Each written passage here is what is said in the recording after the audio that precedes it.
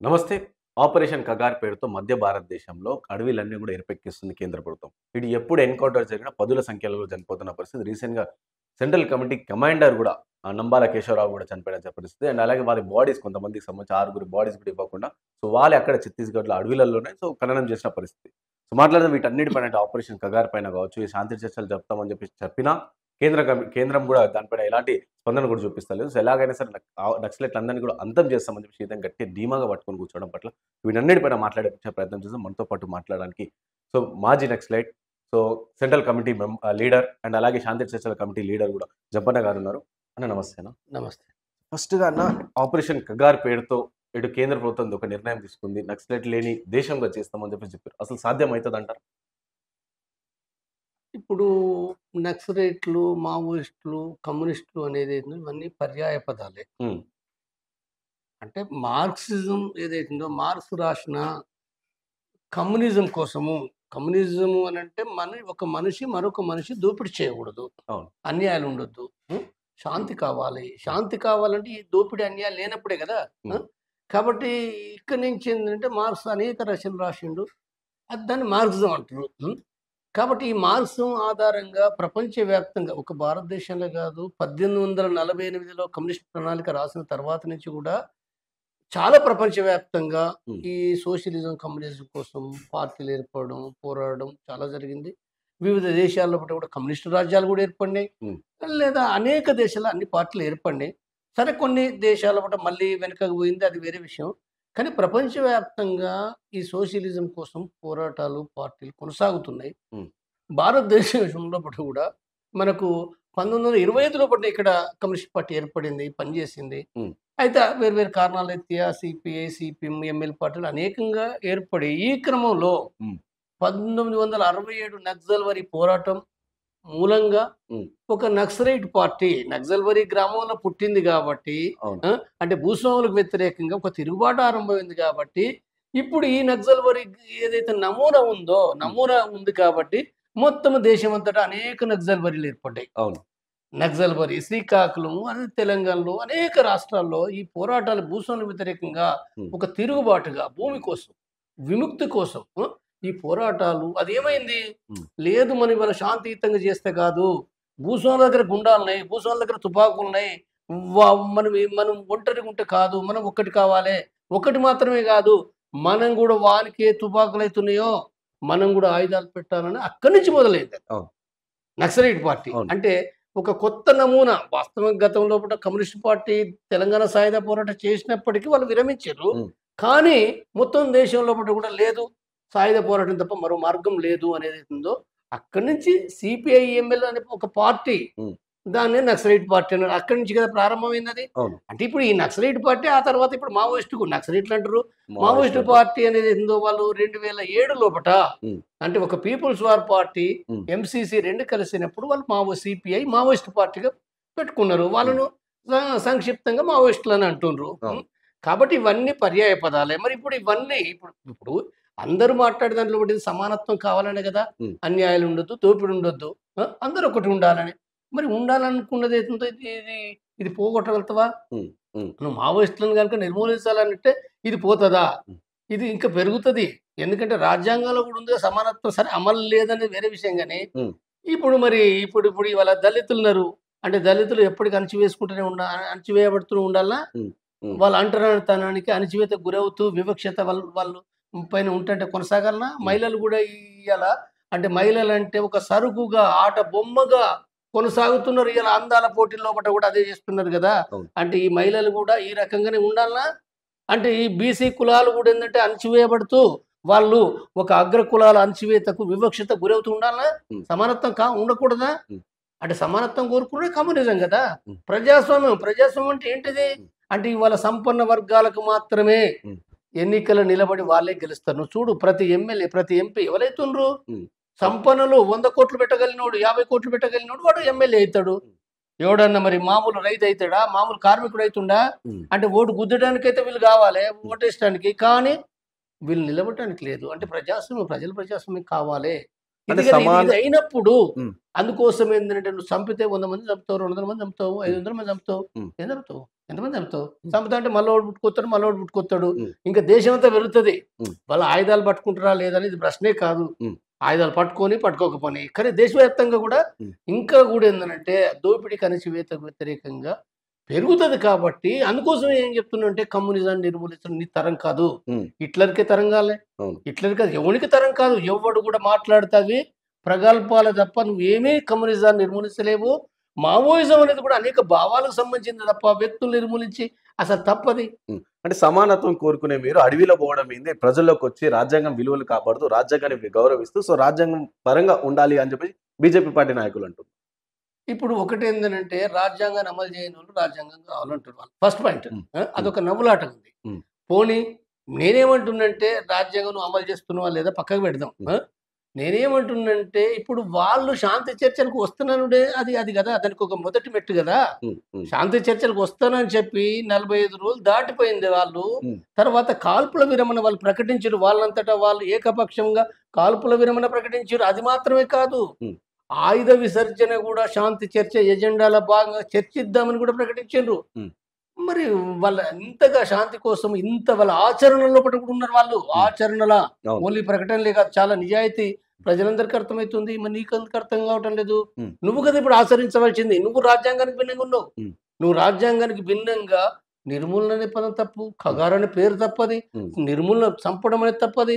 తర్వాత అది మాత్రం ఆఖరి శవం కాట కూడా రాజ్యాంగ వ్యతిరేకమైంది, చట్టానికి వ్యతిరేకమైంది. ఉమ్, శవాలు ఇవ్వకపోవడం ఏంది? ఉమ్, అది రాజ్యాంగ మానవత్వానికి వ్యతిరేకమైంది. అది ఉమ్, శవాలు ఇవ్వడం అనేది సాధారణమైన సమాజంలో మొత్తం ప్రపంచంలో ఉన్న ఉమ్, ఒక సాంప్రదాయం. ఉమ్. వాళ్ళ శవాలు వాళ్ళకి ఇవ్వకుండా మళ్ళీ రాజ్యాంగం గురించి మాట్లాడడం ఎట్లా కరెక్ట్? అంటే శవాలను ఇస్తే మళ్ళీ శాంతి భద్రతల ప్రాబ్లం వస్తుంది. అండ్ అలాగే ఆ శవాలను తీసుకొని మీరు సైలెంట్ గా తీసుకొని ఊరేగిస్తారు, వెళ్ళే స్తంభాలు స్తూపాలకి కడతారు. అండ్ దాని తర్వాత సంవత్సరంకి ఒకసారి సంవత్సరికం కావచ్చు అలాంటివి చేస్తారు. అవన్నీ కూడా దీన్ని చూసి సో ఇప్పుడు వచ్చే పిల్లలందరూ కూడా మళ్ళీ ఈ నక్సలిజంకి పోయే దారి ఉంటుంది కాబట్టి అందుకని మీకు శవాలు ఇస్తాలేమని చెప్పేసి వాళ్ళు చెప్తున్నారు. అలాగే మన ప్రభుత్వాలు కూడా లేదు మాకు వద్దు అని చెప్పేసి ఏపీ ప్రభుత్వం క్లియర్గా చెప్పేసింది మాకు పంపొద్దు అని చెప్పి. సో ఇవన్నీ నేపథ్యంలో వాళ్ళే ఖననం చేస్తామని చెప్పేసి వాళ్ళు చెప్తా ఉన్నారు. అంటే ఇదే అంటే ప్రజాస్వామ్యానికి వ్యతిరేకమైంది అని అంటున్నా. ఉమ్, మీరు చెప్పొచ్చు, ఉమ్, కానీ ప్రజలు ఇది కోరుకుంటున్నా?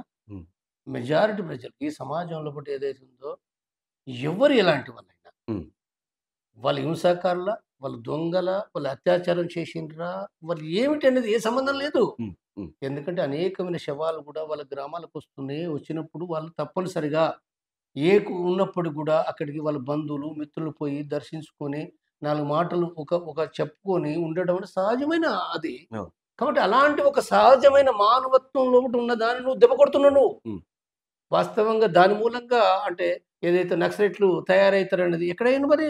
ఉమ్, ఇప్పుడు అదే ఛత్తీస్గఢ్ నుంచి రేణుక, సుధాకర్, జగన్ వచ్చిండ్రు. ఉమ్, ఇంకా అనేక మంది వచ్చిండ్రు. ఉమ్, మరి ఎంతమంది నక్సలైట్ తయారైనరు? ఉమ్, ఇది చాలా ఇది ఏదైతుందో ఉమ్, ఇది తప్పు. ఇది ఉమ్, నక్సలైట్లు తయారవుతారను, ఉమ్, తుపాకులు పడతారనేది ఏందో తప్పది. ఉమ్, కాబట్టి ఇది తప్పు మాత్రమే కాదు. ఇప్పుడు ఏదైతుందో రేపు ఆగుతుందా? నేను ఇంకొకటి మాట్లాడుతున్నా. ఉమ్, నువ్వు దీన్ని ఆపుతామన్నట్టు ఏం ఆపుతావు? ఉమ్, ఇప్పుడు ఆల్రెడీ చనిపోయిన కాంచి మొత్తం దేశ విదేశాల ప్రచారం అవుతుంది.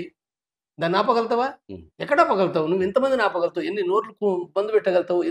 మీడియాను బంద్ పెట్టగలుగుతావు? ఎవరిని బంద్ పెడతావు? ఉమ్, నువ్వు బంద్ పెడతాంటే ఇంకా మళ్ళీ మాట్లాడతారు, బంద్ పెడతాంటే మళ్ళీ మాట్లాడతారు. ఉమ్, కాబట్టి ఇది అంటే ఒకనాడు మధ్యయుగాల్లో మధ్యయుగాల్లో కూడా కొంతమంది భూస్వామ్య కరుడుగట్టిన రాజులు ఇష్టం ప్రశ్నించినోడిని చంపేసిరు, ప్రశ్నించినోడిని నిర్మూలించిండ్రు. ఉమ్, వాళ్ళ ఇష్టారాజ్యం కొనసాగింది. ఉమ్, కానీ ఇది ఒక ప్రజాస్వామ్య ఒక రాజ్యాంగం ఉన్న అనుకున్నప్పుడు నువ్వు చేస్తామంటే ప్రజలు ఒప్పుకోరు కదా, వ్యతిరేకిస్తారు. ఉమ్. అంటే నక్సలైట్లు ప్రశ్నించడం పేరుతో అమాయకమైన గిరిజన బిడ్డల్ని కావచ్చు, అమాయకమైన పోలీసు అధికారులకు వాళ్ళని కాల్చి చంపేస్తున్నారు. ఇన్ఫార్మర్ల పేరుతో ఆదివాసులను కాల్చి చంపుతున్నారు. అండ్ అలాగే మెయిన్గా ఇన్ని వద్దు స్వతంత్ర భారతదేశం అయి 75 సంవత్సరాలు దాటిపోతున్నా సరే వాళ్ళకి ఇంకా డెవలప్మెంట్ లేదు. అక్కడ సెల్ టవర్లు లేదు, రోడ్లు లేవు, స్కూల్స్ లేవు, హాస్పిటల్స్ లేవు. సో ఆ డెవలప్మెంట్ చేస్తామని చెప్పి అధికారులు పోతే నక్సలైట్లు అధికారులను రానియకుండా రోడ్లు వేయకుండా ఎక్కడ పడితే అక్కడ అడ్డుపడుతున్నారు, వాళ్ళని చంపేస్తున్నారు. అందుకని నక్సలైట్ అందరినీ కూడా నిర్మిస్తున్నామని చెప్పి బీజేపీ పార్టీ డైరెక్ట్గా చెప్తాం. ఇప్పుడు వాళ్ళే శాంతి చర్చలు అంటున్నారు కదా. ఉమ్, శాంతి చర్చలు నువ్వే దాన్ని శాంతి చర్చలను విజయవంతం చేసి చెయ్యి. ఉమ్, నేను ఎవరొద్దంటారు? శాంతి చర్చలు చేసి చెయ్యి. ఉమ్, సరే నేను ప్రశ్నించాలనుకుంటే ఒక ఛత్తీస్గఢ్‌లోనే నువ్వు ఈ మాట మాట్లాడుతున్నావు కదా. ఉమ్, దేశమంతా ఏ అభివృద్ధి చేశారు 78 ఏళ్ల కాలంలో పూట? ఉమ్, ఈశాన్య రాష్ట్రాలు ఏం చేసిండ్రు? ఒరిస్సాలో ఏం చేసిర్రు? జార్ఖండ్‌లో ఏం చేసిర్రు? లేకపోతే దళిత వాడల్లో ఏం చేసిర్రు? ఉమ్, ఏం చేసిర్రు? ఇలా నువ్వు అభివృద్ధికి వాళ్ళని ఆటంకం అంటున్నావు. ఒక మాట అనుకుందాం. మరి ఇప్పుడు ఆల్రెడీ శాంతి చర్చలు అంటున్నప్పుడు నువ్వు చేయొచ్చు కదా! చేసి అదే చెయ్యి. అంటే గతంలో చాలా సార్లు శాంతి చర్చలు చేసినాం. అయినా సరే విఫలమైనాయి. ఇక ఇప్పుడు శాంతి చర్చలేవు. డైరెక్ట్ అవసరమైతే లొంగిపోవాలే గాని సో చర్చలు జరపమని చెప్పేసి క్లియర్‌గా బీజేపీ పార్టీకి సంబంధించిన రక్షణ మంత్రి వాళ్ళందరూ కూడా మాట్లాడుతున్నారు. ప్రపంచంలో ఎక్కడ కూడా హ్మ్. ఏ సాయుధ సంస్థ అయినా అది కమ్యూనిస్టులు కావచ్చు, లేదా జాతి సమస్య పైన పోరాడే సంస్థలు కావచ్చు. హ్మ్. వాళ్ళు వేరు వేరు కారణాల రీత్యా వాళ్ళ మార్గాన్ని గనక వాళ్ళ మార్గం వేరు, ఆశయం వేరు. హ్మ్. ఆశయం అనేది ఏందో వాళ్ళు స్పష్టంగా చెప్తారు. వాళ్ళు ఏం సాధించాలి. హ్మ్. అంటే ఒక సమానత్వం కోసం, ఒక ప్రజాస్వామ్యం కోసం, లేదా ఒక సెపరేట్ హ్మ్. వాళ్ళ యొక్క రాజ్యం కోసము ఏదైతే వాళ్ళు చేస్తారో ఇది ఆశయం ఇది. హ్మ్. ఈ ఆశయం అనేది ఏందో ఎప్పుడు సరెండర్ చేయరు. హ్మ్. ఇది గుర్తుపెట్టుకోవాలి. నువ్వు తల కింద పెట్టి కాలు మీద పెట్టినా, వాళ్ళని చంపినా హ్మ్. ఆశయాలు వాళ్ళు అమ్ముకోరు, లొంగిపోరు. హ్మ్. అయితే వాళ్ళ మార్గాలు ఏవైతున్నాయో మార్గం ఏంటిది? సాయుధ పోరాటం మార్గము. ఇది మార్గం అంటున్నాం మనం. మార్గం అనేది ఏతుందో వాళ్ళు వేరు వేరు కారణాల రీత్యా మార్చుకోవాలనుకోవచ్చు. హ్మ్. మార్చుకోవాలనుకున్నప్పుడు తప్పనిసరిగా ప్రభుత్వము ఇప్పుడు ప్రభుత్వం గూడా రాజ్యాంగం గూడా చెప్పేది అదే కదా! హ్మ్. రాజ్యాంగం చెప్పేదైతుందో మీ ఆశయాలకు సంబంధించింది రాజ్యాంగం మాట్లాడది. హ్మ్. మీ ఆశయాలేంటి? ప్రజల కోసం పనిచేస్తామనంటే వద్దన్నది గదా! హ్మ్. కానీ చట్టబద్ధంగా చేయాలని చెప్తది. రాజ్యాంగం అవును. చెప్పింది చట్టబద్ధంగా చేసుకోండి. మీరు ఏదైనా చట్టబద్ధంగా హింస లేకుండా చేసుకోవాలని మన రాజ్యాంగం చెప్తుంది. హ్మ్. హ్మ్. కానీ ఇప్పుడు వాళ్ళే మావోయిస్టులే వాళ్ళు మేము శాంతి చర్చలకు వస్తామంటారు. వీళ్ళే కాదు ప్రపంచంలో ఎక్కడైనా హ్మ్. అది నేపాల్‌లో కావచ్చు, శ్రీలంకలో కావచ్చు, లేదా ఈశాన్య రాష్ట్రాల్లో కావచ్చు, ప్రపంచంలో కొలంబియాలో కావచ్చు, ఎక్కడైనప్పటికీ వాళ్ళ మార్గాన్ని వాళ్ళు వదిలేసి శాంతి చర్చలకొచ్చి ఆ రకంగా వాళ్ళ మార్గాన్ని మార్చుకున్నారు గదా! హ్మ్. హ్మ్. ప్రభుత్వాలు గూడా ఆమోదించినాయి గదా! కాబట్టి నువ్వు అది జేయడానికి నీకేమైతుంది? హ్మ్. ఇప్పుడు వీళ్ళు గూడా బీజేపీ కేంద్ర మంత్రులు గూడా వివిధ సందర్భాల అవును. రావచ్చు వాళ్ళు వచ్చి గూడా మాట్లాడుకోవచ్చు, చేయొచ్చని గూడా చెప్తుర్రు. హ్మ్. మరి దాన్ని మీరు ఆచరించండి. మీరు ఏదైతే చెప్తుండ్రో హ్మ్. ఇప్పుడు అమిత్ షా గూడా అన్నాడు గదా! మీరు మరి వచ్చి గూడా మీరు బయటకొచ్చి మీ పని జేసుకోవచ్చు కదంటే చేసుకోవచ్చు. అవును. చేసుకోవాలి. హ్మ్. మరి దానికి అనుమతి ఇయ్యని అడుగుతున్నాం. హ్మ్. దానికి అనుమతి ఇయ్యడానికనంటే ఇప్పుడు వ్యక్తులు రాలే గదా! హ్మ్. లొంగిపోవడం అంటే ఒక్కొక్క వ్యక్తి వాళ్ళు వేల వేల సంఖ్యలో ఉన్నారు వాళ్ళు. హ్మ్. హ్మ్. అనేక రాష్ట్రాలున్నారు. వాళ్ళు ఆయుధాలు పట్టుకున్నారు. ఆయుధాలు లేకుంటున్నారు. హ్మ్. ఆ! హ్మ్. రాజ్యాంగబద్ధంగా ఉన్నారు. రాజ్యాంగానికి వ్యతిరేకంగా ఉన్నారు. ఆ! హ్మ్. వాళ్ళు పట్టణాల్లో ఉన్నారు. మైదానాల్లో ఉన్నారు. పట్టణాల మైదానంలో ఉన్నంత రాజ్యాంగబద్ధంగానే ఉన్నారు వాళ్ళు. హ్మ్. వాళ్ళేమి రాజ్యాంగానికి భిన్నంగా ఏమీ లేరు వాళ్ళు. హ్మ్. హ్మ్. కాబట్టి మరి ఇప్పుడు వాళ్ళు మావోయిస్ట్ పార్టీ అని అనుకున్నప్పుడు అదంతా కూడా ఒక విధానం గదా! హ్మ్. నువ్వు వాళ్ళతోనే చర్చలు జరపడం ద్వారా దాన్ని శాంతిని స్థాపించొచ్చు. మేము హ్మ్. చెప్తున్నాం అదే. హ్మ్. హ్మ్. మేము శాంతి చర్చల కమిటీగా మేము చెప్తున్నది ఏంటంటే ఇది మంచి అవకాశము. హ్మ్. కేంద్ర ప్రభుత్వానికి మంచి అవకాశము. అంటే ఒక మరణాలు లేని మావోయిస్టులు మరణించకూడదు, హ్మ్. పోలీసులు మరణించకూడదు, ప్రజలు మరణించకూడని హ్మ్. ఇది మన 21 రాజ్యాంగంలో ఒకటి 21 ఆర్టికల్ చెప్తుంది. రాజ్యాంగం ప్రకారంగానే. కాబట్టి మీకు ఒక మంచి అవకాశం ఉంది. హ్మ్. మీరు దానిని ఒక ప్రభుత్వంగా ఒక శాంతిని నెలకొల్పడానికి మీరు చొరవ చేయండి. ముందుండండి. మేము శాంతి కాముకులుగా మేము మాలాంటి హ్మ్. మా కమిటీ కావచ్చు, దేశంలో అనేక ప్రజాస్వామిక వాదులున్నారు. హ్మ్. అందరూ గూడా మీకు శాంతి కోసం ఏదైతుందో మద్దతు చేస్తారు. కాబట్టి మీరు ఇది చేయండి అనేది మేము హ్మ్. విజ్ఞప్తి చేస్తున్నాం. అంటే కొంతమంది ప్రజా సంఘ నేతలు కావచ్చు, కొంతమంది సామాజిక కార్యకర్తలు వాళ్ళు గూడా అంటారు. ఈ శాంతి చర్చలు ఇవన్నీకి బదులు గమ్మున లొంగిపోయి డైరెక్ట్ మీరు ప్రజలలోనే కొట్లాడితే అయిపోతది గదా! ఇప్పుడున్న అడ్వాన్స్‌మెంట్, ఇప్పుడున్న టెక్నాలజీతో కేంద్ర ప్రభుత్వంతో తలపడడం చాలా కష్టం. సో, హ్మ్. అలాంటిది డైరెక్ట్ ప్రజల్లోకొచ్చి మీరు ప్రజల్లో పాలిటిక్స్‌లో నిలబడి కావచ్చు, ప్రజల చైతన్యవంతులు కావచ్చు, ప్రశ్నించడం ఇలాంటివి చేయకుండా ఇంకా అడవిలలో ఎన్నొద్దులుంటారు అని చెప్పేసి గూడా వాళ్ళు అడుగుతా ఉన్నారు. నేను చెప్పేదేంటంటే వ్యక్తులు లొంగిపోవడం కొత్తగా చెప్పేదేం లేదు. హ్మ్. వ్యక్తులు వాళ్ళకు అనేక కారణాల రీత్యా అనారోగ్యం, లేకపోతే కొంత సిద్ధాంత విభేదం, హ్మ్. వేర్వేరు కారణాల రీత్యా లొంగిపోవచ్చు గాక. అవును. అది ఎప్పుడూ ఉంటది. దాన్నెవరు ఆపలేరు గదా! ఇప్పుడు హ్మ్. గూడా కొంతమంది లొంగిపోయిన అవును. వార్తలు గూడా మనం ఇంటున్నాం. అవును. అది జరుగుతది. దానికి కొత్తగా చెప్పేదేమి లేదు గదా! అది ఎట్లాగో సరే హ్మ్. చెప్తే నువ్వు చెప్పు. హ్మ్. చెప్పినప్పటికి అట్లా లొంగిపోవడం వేరే. హ్మ్. కానీ నువ్వు అట్లా ఎంతమంది లొంగిపోయినా పార్టీ లొంగిపోదు గదా! హ్మ్. హ్మ్. ఇప్పుడు మావోయిస్టు పార్టీ లొంగిపోవాలనే విషయం గత 20, 30 ఏళ్ల కాంచి చెప్తూనే ఉన్నారు. లొంగిపోయినోళ్ళకి గూడా అవార్డో లేకపోతే ఏదో రకంగా ఇస్తుండ్రు. లొంగిపోయినోళ్ళు చాలా మంది ఉన్నారు. హ్మ్. కానీ అయినా మళ్ళీ పోతుండ్రు గదా! హ్మ్. నువ్వు మళ్ళీ పోతుండ్రు గాబట్టి నువ్వు లొంగిపోవడం ద్వారా పార్టీ నిర్మూలన కాదు. హ్మ్. కాబట్టి ఏం జేయాలే? నువ్వు ఒకవేళ నిజంగా నువ్వు శాంతి స్థాపించాలనుకుంటే, హ్మ్. నిజంగా గనుక అనుకుంటే నువ్వేం జేయాలంటే ఆ పార్టీ శాంతి కోసం ఒప్పించడం ద్వారా నీకు చాలా ప్రయోజనాలు. సమాజానికి నీకే గాదు, హ్మ్. సమాజానికి చాలా ప్రయోజనాలున్నాయి. హ్మ్. నువ్వు అది ఆ పార్టీ ఒప్పుకున్నదనుకో మంచిదే గదా! హ్మ్. ఇంకెక్కడ పోతారు? హ్మ్. హ్మ్. మళ్ళీ పోరు గదా! సరే అవును. మళ్ళీ ఎవళ్ళు పోతారు? కొత్త పార్టీ పెడతారా లేదా అనేది వేరే విషయం గాని, ఒక హ్మ్. మావోయిస్ట్ పార్టీ నిజంగా శాంతికి హ్మ్. అంటే శాంతికి అనంటే సాయుధ పోరాట విరమణకు హ్మ్. ఒప్పుకోవాలి గదా! హ్మ్. ఒప్పుకోవడం అంటే వెంటనే నువ్వు మాట్లాడితే కదా, మాట్లాడినప్పుడు వాళ్ళకు కూడా ఆ ఆమోదయోగ్యమైన వాళ్ళ డిమాండ్ అంటే మొదటగా వాళ్ళు ఆ పార్టీపై నిషేధం ఎత్తివేయాలి, జైలు ఉన్నోళ్ళని విడుదల చేయాలి, ప్రజా సంఘాలపై నిషేధం ఎత్తివేయాలి. ఆ! ఆ పార్టీని ఆ పార్టీ మావోయిస్ట్ పేరు పెట్టుకుంటుందా, ఏం పెట్టుకుంటుందో నాకు తెలవదు.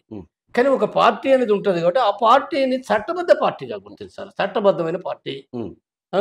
మళ్ళీ వీళ్ళు వీళ్ళు ఈ రకంగా చేసిర్రు, ఆ రకంగా చేసిర్రు, జైల్‌లో పెట్టుడు కాదు, చంపడం కాదు.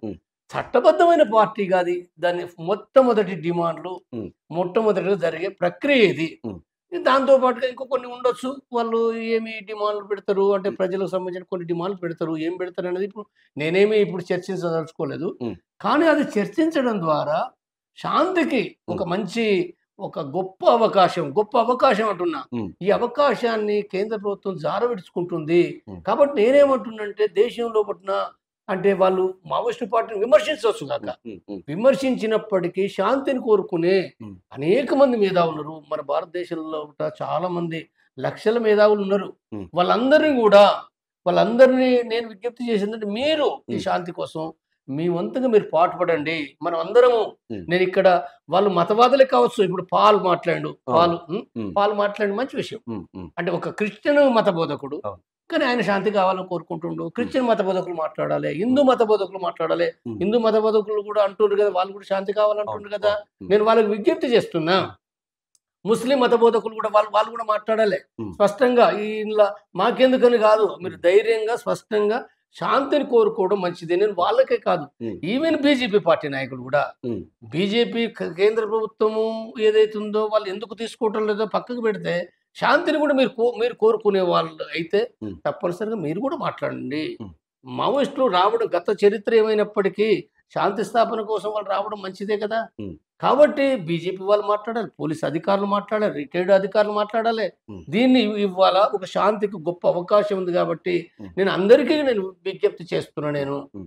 ఒకవైపు శాంతి చర్చల గురించి మాట్లాడాలి అని చెప్తున్న ప్రజల్లో మళ్ళీ ఇంకొంతమంది ఏమంటారంటే సో మావోయిస్టులు అంటే మాజీ నక్సలైట్‌గా ఉన్న మీలాంటి వారు చాలా మంది సో మీరు ఆల్రెడీ అక్కడికెళ్ళి వచ్చిర్రు. వచ్చినాక కూడా చాలా మంది రీసెంట్‌గా ములుగులో చనిపోయిన వాళ్ళు అందరూ 20 ఇయర్స్ లోపలనే 16 సంవత్సరాలు, 17 సంవత్సరాలు, 18 సంవత్సరాలు ఈ విధంగా చిన్న వాళ్ళు చనిపోతున్న పరిస్థితి. సో అలాంటి వాళ్ళు ఎందుకు వెళ్తున్నారు? సో ఎందుకు అలాంటివి వెళ్ళొద్దు అని చెప్పేసి మీలాంటి వాళ్ళందరూ కలిసి అడవిలో ఇంత ప్రాబ్లమ్ ఉంటే ఇట్లా ఉంటదని చెప్పి వాళ్ళని ఇక్కడనే ఉండి ఇక్కడనే ప్రజలలో ఉండి కొట్లాడదామని చెప్పి ఇలాంటి కౌన్సెలింగ్ ఇస్తే బాగుంటుంది కదా! అని చెప్పేసి కూడా కొన్ని వర్గాలు చెప్తా ఉన్నాయి సార్. దానిపైన మీ ఒపీనియన్? ఇప్పుడు నేను చెప్తున్నదంతా కూడా ఇప్పుడు శాంతి చర్చల కమిటీ పెట్టిన నుంచి నేను చెప్తున్నది అదే కదా! ఇది 6 నెలల ముందే పెట్టారు. నేను 6 నెలల ముందు చెప్పినా అంతకుముందు కూడా నేను ఆ విధానము అంటే దీర్ఘకాలిక ప్రజాయుద్ధం అనేది ఏందో ఈ దేశంలో ఒకటి ఇవాళ ఇది సాధ్యం కాదు. అంటే వాళ్ళ ఆశయాలు గొప్పవి. వాళ్ళ త్యాగాలు గొప్పవి. నేను చాలా అనేక సార్లు చెప్తున్నా నేను. వాళ్ళు ఎట్లా పని చేశారు, ఎంత కష్టపడ్డారు, ఏ రకంగా అనే దాంట్లో నేను స్పష్టంగా చెప్తున్నా నేను. ఆ పార్టీ కానప్పటికీ. కానీ ఇవాళ ఆ దీర్ఘకాలిక యుద్ధం అనేది ఉందో ఇవాళ అంటే ఈ భారతదేశంలో దీనికి ఇది సాధ్యం కాదు. దానికి వేరే పద్ధతిలో అంటే ఇప్పుడు బహిరంగంగా కూడా చట్టబద్ధ పద్ధతుల్ని వేరే పద్ధతులు చట్టబద్ధ పద్ధతిలో బట్టే సమానత్వం కోసము, నిజమైన ప్రజాస్వామ్యం కోసం ఇక్కడ ఉండి మనం పని చేయాలి, ఉండి చైతన్యవంతం చేయాలి, ఉండి నిర్మాణాలు సంఘాలు పెట్టాలి. ఇది చేయడం ద్వారా తప్ప ఇప్పుడు ఏదో మనం వేరే అక్కడ అడవిలో ఉండి అంటే మనం యుద్ధం చేయడం ద్వారా త్యాగాలే తప్ప మనం సాధించడం కష్టమైతది అనే విషయం నేను 7 ఏళ్ల నుంచి చెప్పిన. కొత్తగా చెప్పిందేం కాదు. 7 ఏళ్ల నుంచి చెప్పిన నేను. ఇప్పుడు నేను శాంతి చర్చల కమిటీ ఒక నాయకునిగా కూడా నేను చెప్పేది ఏంటంటే ఇప్పుడు మనం శాంతి చర్చలు చేయడం ద్వారా ఒక అవకాశం వచ్చింది కదా! అంటే ప్రభుత్వానికి నేను విజ్ఞప్తి చేస్తున్నా. మావోయిస్టు పార్టీ కూడా నేను విజ్ఞప్తి చేసిన కదా! వాళ్ళకేమి నేను పక్షపాతంగా ఏం లేను. మావోయిస్టు పార్టీకి నేను గతంలో వచ్చిన కాబట్టి అంటే ఎవడో తెలవనోడు నన్ను అనుకుంటాడు. మావోయిస్టు పార్టీ మాటలు మాట్లాడుతున్నానని లేకపోతే ఆఖరికి నేను మళ్ళీ పోవచ్చు కదని ఎంత పిచ్చికోతలేవి. కాబట్టి కరెక్ట్ కాదు. నేను ఇరువైపులా కూడా చెప్తున్నా. నన్ను కొద్దిమంది మావోయిస్టులు బయట అనుకున్న వాళ్ళు కూడా జంపన చెప్పేది కరెక్ట్ కాదు. సాయుధ పోరాటం విరమణ అయింది అని అంటే నేను అర్థం చేసుకున్న సమాజాన్ని నేను చెప్పే రైట్ నాకుంది. నేను ఒక పౌరునిగా చెప్పే రైట్ ఉంది. ఒక కమ్యూనిస్ట్‌గా చెప్పే రైట్ ఉంది. ఒక శాంతి కమిటీ నాయకునిగా చెప్పే రైట్ నాకుంది. కాబట్టి నా భావాలు తప్పు ఉన్నాయి వాటిని మీరు మాట్లాడొచ్చు. నేను ఎట్లా తప్పు అనేది ఎవరైనా మాట్లాడొచ్చు. కానీ అడగోలుగా తిట్టడం అనేది చాలా తప్పుడు పద్ధతి అది. నేను బీజేపీ నాయకులకు కూడా విజ్ఞప్తి చేస్తున్నా. నేను ఏదైతే చెప్తున్నానో మీరు ఏవైతే ఆలోచించండి. నేను చెప్పేది ఏదైతుందో చాలా గొప్ప అవకాశము. దీన్ని విడవద్దు. గత చర్చల నుంచి మీరు ఆలోచించొద్దు. ఇప్పుడు శాంతికి అవకాశం గొప్పగుంది.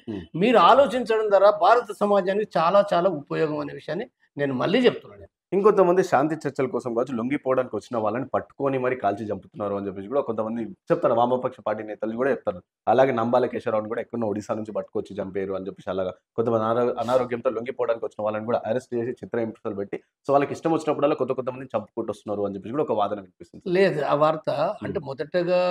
మొదట వార్త 21 తారీఖు వార్త వచ్చిన రోజు హ్మ్. నేను కూడా 22 తారీఖు నేను మాట్లాడిన కొంత. అవును.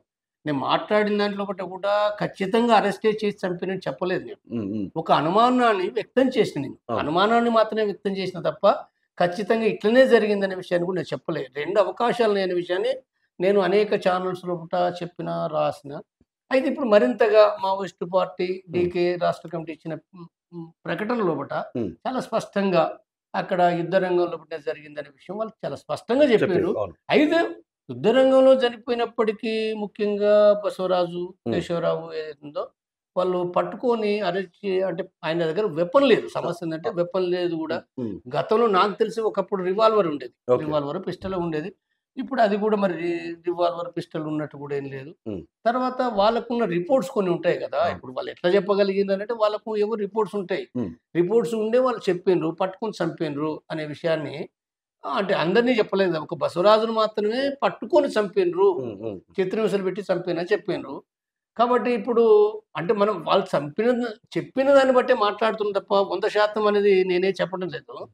కాబట్టి ఒరిస్సాలో ఒకటనేది తప్పని తేలిపోయింది. ఓకే. ఇది ఇక్కడ నేను క్లియర్ చేసే విషయం. హ్మ్. అంటే ఒక సెంట్రల్ కమిటీ కమాండర్‌గా ఉన్న అతన్ని సో, అంటే అట్లా చనిపోవడం కావచ్చు. ఇంత సున్నితంగా అంటే ఇంత తేలికగా అయితదంటారా? అంటే అతనికి చాలా 6 అంచెల కట్టుదిట్ట భద్రత ఉంటది. ఇవన్నీ కూడా చెప్తా ఉన్నారు. సో, అలాంటిదంతా సెంట్రల్ కమిటీ కమాండర్ ఉన్న అతను చనిపోవడం ఎలా చూడొచ్చు? అంటే ఇప్పుడు ఒకప్పుడు వేరు. ఓ హ్మ్. 5 ఏళ్ల కింద, 3 ఏళ్ల కిందనంటేనో కొంత వేరు. కానీ ఇప్పుడున్న పరిస్థితి హ్మ్. కేంద్ర బలగాలు చాలా పెరిగినాయి. ఛత్తీస్‌గఢ్ లోపట ఒక రాష్ట్రం లోపట లక్షల సంఖ్య లోపట ఈ బలగాలు పెరగడం అనేదుందో హ్మ్. గత సంవత్సర కాలంలో కూడా చాలా తీవ్రమైంది. వాళ్ళ ఆయుధాలు చాలా ఆధునిక ఆయుధాలు. హ్మ్. అన్నీ ఆటో వెపన్స్. తర్వాత వాళ్ళు బాంబులేయడానికి గూడా రాకెట్ లాంచర్సు, మోటార్సు, హ్మ్. తర్వాత వివిధ రూపాలు కూడా కింద నుంచి చేయగలుగుతుండ్రు. హ్మ్. ఆ! తర్వాత అంటే ఒక ఒక ఆహ్, ఏడిది మన డ్రోన్. డ్రోన్‌ల ద్వారా వాళ్ళేయగలుగుతుండ్రు. అనేక రకాలుగా ఇంకా అసలు మనకు తెలవని విషయాలు గూడా ఇప్పుడు అన్ని విషయాలు గూడా వాళ్ళు చెప్పడం లేదు. హ్మ్. హ్మ్. చాలా కొత్త కొత్త పద్ధతులు ఒక ఎలక్ట్రానిక్ అంటే రంగంలో ఆయుధాలు ఎట్లయితే డెవలప్ అయినాయో, హ్మ్. ఆ రకంగా వాళ్ళు వినియోగించుకొని వాళ్ళు దెబ్బతీస్తున్నారు. అంటే వాళ్ళ బలము చాలా 100 రెట్ల కంటే ఎక్కువగా పెరిగింది. హ్మ్. వాళ్ళ సైన్యము ఎక్కడి నుంచైనా వాళ్ళు తరలించి వాళ్ళు చేయగలిగే పరిస్థితులొచ్చినాయి. హ్మ్. కాబట్టి అది వాళ్ళది పెరిగింది. మావోయిస్టులది ఏమైంది? గతానికంటే తగ్గింది. మనం హ్మ్. గుర్తుపెట్టుకోవాల్సిందంటే గతంలో ఉన్న బలం గూడా వాళ్ళకి లేదు. లేదు. అవును. అంటే ఒక రకంగా వాళ్ళ బలం అంటే ఎక్కడ ప్రజాబలం గదా! హ్మ్. ప్రజాబలం అనేదో ఇవాళ హ్మ్. మైదానాలు తగ్గినాయి, పట్టణాలు తగ్గినాయి, చాలా తగ్గినాయి. తర్వాత రిక్రూట్ కూడా బయట నుంచి రావటం లేదు. హ్మ్. మంచి టెక్నీషియన్స్, మంచి ఎడ్యుకేటెడ్ పీపుల్ రావటం లేదు. ఇది మొట్టమొదటి నష్టం. హ్మ్. అంటే ఇది లేనప్పుడు కూడా వాళ్ళ ఆయుధాల లోపట గాని, వాళ్ళ ఇతర అనేకమైన సమస్యలు ఎదుర్కొంటుర్రు. హ్మ్. తర్వాత ఎదుర్కొంటున్నారు గూడా. తర్వాత అక్కడ ఆదివాసీ పీపుల్ కొంతమంది వస్తున్నారు. హ్మ్. వాళ్ళే వస్తున్నారు. హ్మ్. దాంట్లో 90% వాళ్ళే ఉన్నారిప్పుడు. తర్వాత యుద్ధంని కూడా పరిమితులొస్తాయి. హ్మ్. పరిమితులొచ్చినాయి గూడా. హ్మ్. రాకుంటే ఏం లేదు. పరిమితులొచ్చినాయి. ఇప్పుడు ఈ ఘటనలో పూట కూడా 25,000 మంది అంటే అవును. 25,000 మంది అనేది అంటే ఖచ్చితంగా లెక్క పెట్టిండ్రని మనం చెప్పలేం గానీ, ఒక అంచనా ఆ పార్టీ ఇచ్చింది. హ్మ్. అంచనాలు రకరకాలుగా వాళ్ళు విశ్లేషించుకొని చెప్తారు వాళ్ళు. చెప్పిండ్రు. హ్మ్. వాళ్ళ గ్రామాల నుంచి వస్తాయి. అనేక ఫోన్‌ల ద్వారా వస్తాయి. వాళ్ళన్నీ సేకరించుకున్నారు వాళ్ళు. 25,000 వచ్చిండ్రు. వీళ్ళ బలగం ఎంతో వీళ్ళకి తెలుసు గదా! 35 మంది ఉన్నారు. ఒకప్పుడు 60, 70 మంది ఉండేది. ఇప్పుడు 35 మంది. హ్మ్. వేరు వేరు కారణాల రీత్యా వాళ్ళు తగ్గించుకున్నారు వాళ్ళు. హ్మ్. కాబట్టి ఈ తగ్గించుకున్న నేపథ్యం లోపట ఇప్పుడు వాళ్ళు ఫైరింగ్ చేశారు గదా! హ్మ్. అంటే 35 మంది 5 సార్లు ఫైరింగ్ చేసిండ్రు 19వ తారీఖు. హ్మ్. సరే నష్టపోలే ఎక్కడ. నష్టపోకుండా సరే పోలీసులు ఏం గాయపడ్డారో, చనిపోయారో బయటికి వాళ్ళు చెప్పరు. చనిపోయినయి చెప్పరు. చెప్పరు. అవును. కానీ మళ్ళీ 20 అంటే అంటే 60 గంటలు వాళ్ళకి తిండి లేదు, హ్మ్. నీరు లేదు. హ్మ్. 21 తారీఖు మళ్ళీ ఫైరింగ్ ఎదుర్కొన్నారు. హ్మ్. ఫైరింగ్ ఎదుర్కొన్నప్పుడు మరి వీళ్ళు చేసిండ్రు. హ్మ్. చేయకుండా గూడా ఏం లేదు. చేసిండ్రు కాబట్టే హ్మ్. వాళ్ళక్కడ చుట్టుముట్టి ఉన్నప్పుడు గూడా ఏందనంటే మళ్ళీ వాళ్ళు తప్పుకొని పోయిర్రు. ఒక ఏడుగురు తప్పుకొని పోయిర్రు. మిగిలిన వాళ్ళు తప్పుకోలేకపోయిండ్రు. హ్మ్. అంటే వాళ్ళ బలగాలు వేల సంఖ్యలుండి వాళ్ళకు అనేక రకాలుగా ప్రభుత్వ వ్యవస్థల ద్వారా ఆ మద్దతు కంటిన్యూగా అందుతున్నప్పుడు హ్మ్. వీళ్ళేమి చేయలేరు గదా! వీళ్ళు హ్మ్. తప్పుకుపోవాల్సిందే. గంట, 2 గంటలు తప్పుకుపోవాల్సిందే హ్మ్. గెరిల్లా బలగాలు. హ్మ్. కానీ తప్పుకుపోలేని పరిస్థితి గూడా వాళ్ళకి ఏర్పడిందది. హ్మ్. కాబట్టి ఆ రకంగానే జరిగింది. ఆ! హ్మ్. అంటే అందుకోసం ఏంటంటే గెరిల్లా బలగాలు ఏదో ఉండి వాళ్ళు మేము అక్కడే తాడో పేడో తేల్చుకుంటాం అనే పద్ధతిలో కూడా వాళ్ళు హ్మ్. వాళ్ళ యుద్ధాన్ని చెయ్యరు. హ్మ్. తప్పనప్పుడు మాత్రమే చేస్తారది. హ్మ్. అది వాళ్ళ పరిస్థితి. సో, మీరు కలిసిర్రా సార్ ఎప్పుడన్నా బసవరాజు గారిని కలిసే ప్రయత్నం నేను గాని కేంద్ర కమిటీలో కూడా కలిసి నేను పనిచేసారు. వచ్చేంత వరకు 2001 నుంచి నేను కేంద్ర కమిటీ మెంబర్‌ను. అవును. 2017 వరకు నేను ఉన్నాం. హ్మ్. 17 వరకు కూడా కలిసిన నేను. హ్మ్. హ్మ్. కలిసే వచ్చిన. హ్మ్. నేను పోయే విషయం తెలుసు. అవంతా చర్చించిన విషయాలు అయన్నీ తెలుసు అవును. అవును. ఆయనకు. ఆ! నేను అంటే దానికంటే ముందే నాకు పరిచయం హ్మ్. 94, 95 లోపటనే హ్మ్. నాకు అంటే, అంటే బసవరాజు అక్కడ దండకారణ్యంలో భాగం ఉన్నాడు. హ్మ్. నేను ఉత్తర తెలంగాణ అంటే దండకారణ్యం వేరే రాష్ట్రము, హ్మ్. ఉత్తర తెలంగాణ వేరే రాష్ట్రము. ఓకే. నాకు మొదటిసారిగా నాకు 94, 95లో అంటే హ్మ్. నేను 84లో ఆ పార్టీలోకి పోయినప్పటికీ, హ్మ్. నేను ఉత్తర తెలంగాణలో ఉన్నా తప్ప నాకు అప్పటి వరకు కలవలే ఎక్కడ. హ్మ్. హ్మ్. తర్వాత 94, 95 నుంచి కలిసిండు. హ్మ్. తర్వాత మేము అనేక సందర్భాల్లో కలిసి ప్రయాణం చేసినాం. హ్మ్. కలిసి ఒకే దగ్గర 15 రోజులు, నెల రోజులు మేము ఉన్నాము. హ్మ్. హ్మ్. అనేకమైన ప్రోగ్రామ్‌లో పాల్గొన్నాం మేము. హ్మ్. అంటే అతను ఆర్ఐఈలో అప్పట్లో ఇంజినీరింగ్ చేసిరంటే అప్పట్లో ఎన్ఐటీ ఇప్పుడు ప్రస్తుతం ఎన్ఐటీ వరంగల్ అండి. సో, అందులో ఇంజినీరింగ్ చేసిన వ్యక్తి. అలాగే విజయలక్ష్మి అంటే ఆమె ఓయూలో పొలిటికల్ సైన్స్. ఈ విధంగా అందరూ కూడా చదువుకున్న వాళ్ళే పోతుర్రు. చదువుకున్న వాళ్ళే ఎక్కువగా ప్రేరేపిస్తారు. ఎందుకనుకోవచ్చు మీరు? చదువుకున్న వాళ్ళు పోవడం అంటే సమాజంలో కూడా అన్యాయాలు, అణచివేతను చూస్తున్నారు గదా! ఇప్పుడు నిరుద్యోగులున్నారు. ఏం చేయాలి వాళ్ళు? ఉద్యోగాలు దొరకయి. ఆ! హ్మ్. హ్మ్. వాళ్ళు అనుకుంటరు. సరే పార్టీలాగా అక్కడికి పోవడం ద్వారా అంటే హ్మ్. విముక్తిని చేస్తాము మేము సరే హ్మ్. అని ఆలోచిస్తుర్రు. అనేక మంది పోతుర్రు. చదువుకున్నోళ్ళు పోతుర్రు, చదువు రానోళ్ళు పోతుర్రు, హ్మ్. రైతులు పోతుర్రు, ఆదివాసులు పోతుర్రు, దళితులు పోతుర్రు. హ్మ్. ఇప్పుడు ఎక్కువ చనిపోయేది ఆదివాసులు, అవును. దళితులు, బీసీలే గదా! అవును. ఆ! అంటే పోతుండ్రు. అదొక మార్గం అనుకుంటుర్రు. ఆ హ్మ్. మార్గం అనేది ఏందో అంటే ఇప్పుడు గతంలో పూట వాళ్ళు ఎందుకు అనుకుంటున్నారంటే నక్సలైట్లు, మావోయిస్టులు వాళ్ళ యొక్క చరిత్ర హ్మ్. దాదాపు అంటే 1970, 67 నుంచి కూడా వాళ్ళు పోరాడిన చరిత్ర ఉంది గదా! హ్మ్. ప్రజల సమస్యల పైన వాళ్ళేదో భూస్వాములకు వ్యతిరేకంగా భూ ఆక్రమణ పోరాటం, అడవి భూములకు సంబంధించిన ఆక్రమణ పోరాటము, హ్మ్. లేకపోతే అంటే ఇప్పుడు జీతగాళ్ళ రేట్ల పెంపుదల, కూలీ రేట్ల పెంపుదల, లేకపోతే అనేకమైన పంచాయతీలు, హ్మ్. లక్షల పంచాయతీలు వాళ్ళు పరిష్కరించిండ్రు. హ్మ్. అంటే సంవత్సరాలు 30 సంవత్సరాలు గూడా కోర్టులు దెంపని పంచాయతీలు ఒక్క రోజులో దెంపిర్రు. హ్మ్. హ్మ్. ఒక్క రోజులో కూడా పరిష్కారం జేషిర్రు. అవును. న్యాయంగా పరిష్కరించిండ్రు. ఇరు వర్గాలకు న్యాయం జరిగింది. హ్మ్. కొన్ని సందర్భాలు పొరపాట్లు లేవంటే పొరపాట్లున్నాయి. ఎక్కడో కాడ ఒక్కొక్క సందర్భంలో కొంత మొరటుగా కొంతమంది మొరటుగా చేసినయి గూడా ఉన్నాయి. హ్మ్. లెవ్వనేం గాదు. హ్మ్. తప్పులున్నాయి. హ్మ్. ఓ కాడ కొట్టినయి గూడా ఉన్నాయి. లేకపోయినయి లేదు. ఆ! హ్మ్. పార్టీ గూడా సమీక్షించుకున్న ఆ తప్పులు అట్లా చేయకూడదని సమీక్షించుకున్న విషయాలు. హ్మ్. కానీ వాళ్ళు చేసినయి ఏతున్నయో అనేకమైన ఒక ప్రజలకు సంబంధించిన ఉపయోగపడిన చరిత్ర ఉన్నది. హ్మ్. కాబట్టి తప్పనిసరిగా మావోయిస్టులు వాళ్ళని గొప్పగా చూస్తారు గదా! అది. హ్మ్. ఆ! హ్మ్. కాబట్టి మావోయిస్టులు పరిష్కారం అనుకుంటరు. దాన్ని ఇప్పటికి గాదు. హ్మ్. రేపు అనుకుంటరు. ఇంకా చాలా కాలం అనుకుంటరు. హ్మ్. నక్సలైట్ల పరిష్కారం. ఇప్పుడు నేను చెప్పేదో వేరు. అవును. ఇవాళ ఇక్కడుండి పోరాడని నేను చెప్తున్నా. అవును. కానీ నేనేం చెప్పినా నేను చెప్పిందే అందరు 140,00,00,000 జనాభా. అవును. రకరకాలుగా పోరాడతారు. హ్మ్. కాబట్టి ఇది మార్చాలి గదా! రాజ్యం గదా చేసేది. హ్మ్. హ్మ్. రాజ్యం చేయకుండా రాజ్యం చంపుడు అని ఎట్లా కరెక్టు? హ్మ్.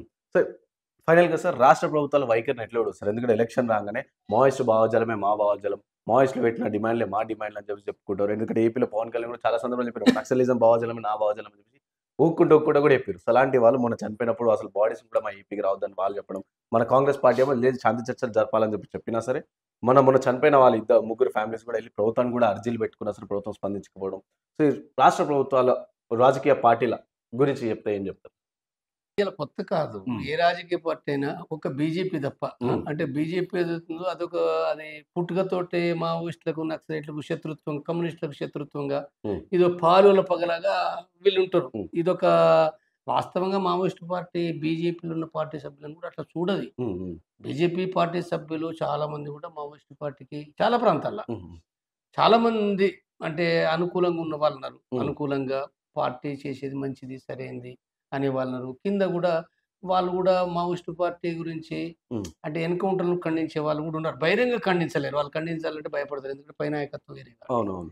కాబట్టి ఇక్కడ ఇది ఉందనుకో ఇప్పుడు హ్మ్. కాంగ్రెస్ పార్టీ లేదా టీడీపీ కూడా 2002లో చంద్రబాబు గూడా మరి హ్మ్. చర్చలు అని చెప్పి తనే పిలిపించిండు గదా! తనే అవును. మాట్లాడిండు గదా! హ్మ్. చంపి మళ్ళీ మాట్లాడిండు. హ్మ్. హ్మ్. మమతా బెనర్జీ మాట్లాడింది. మాట్లాడినోళ్ళు ఎవ్వరు లేరు. లేదు. అవును. అందరూ మాట్లాడతారు. కేసీఆర్ గూడా మాట్లాడిండు గదా! హ్మ్. ఆ! హ్మ్. కాబట్టి ఏదైతుందో కొన్ని సందర్భాల్లో వాళ్ళు ఏవైతున్నాయో అంటే మావోయిస్టుల గురించి, హ్మ్. నక్సలైట్ల గురించి వాళ్ళు గొప్పగానే చెప్తారు. హ్మ్.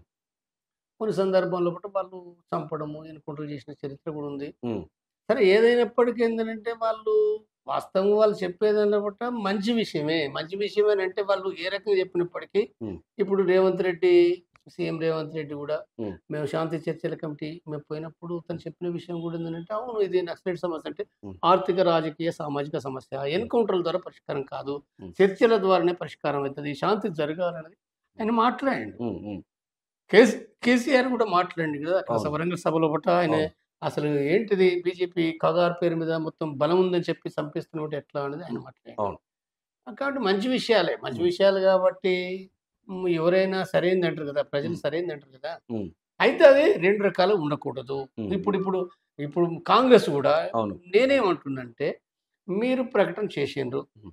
సరే కొంతమంది తెలంగాణ లోపట గూడా కొంతమంది నాయకులు అది సీతక్క గావచ్చు, మానవతరాయ్ గావచ్చు, లేకపోతే ఇంకా చాలామందున్నారు. పేర్లు వేముల వెంటనే వీరేశం కావచ్చు. మాట్లాడిర్రు. హ్మ్. వీరేశం అని ఎవరైనా హ్మ్. మాట్లాడుతుండ్రు. హ్మ్. దయాకర్ గాని వీళ్ళందరూ మాట్లాడుతుండ్రు. అవును. మరి మాట్లాడుతున్నారు గానీ పై నాయకత్వం అవును. స్పష్టంగా అవును.